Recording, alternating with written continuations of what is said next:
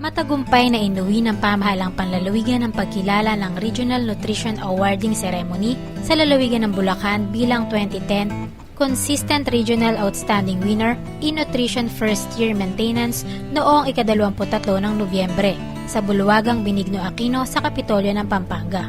Mula po sa inyong congresswoman, my greetings and congratulations to all the recipients of the Regional Nutrition Award.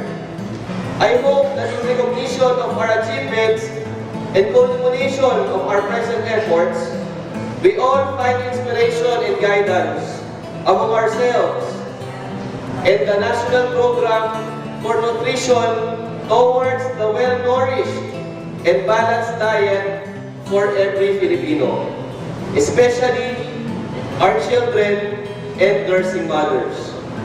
Our nutrition program throughout the years has always been focused on the community. Our main goal is for total eradication of hunger and undernourishment. Samantala, napili rin ang Bayan ng Paumbong sa Regional Green Banner Award for being the most outstanding municipality. At Bayan ng Hagonoy na nag-second runner-up sa 2010th Regional Outstanding Barangay Nutrition Scholar sa buong lalawigan.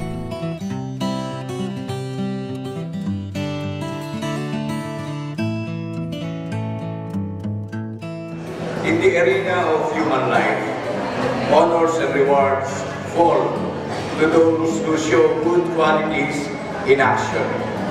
I am more than privileged. I am very fortunate to be speaking in front of the midst of those people who really have shed their life and are in public service, in putting good qualities in action, just like what you're doing now.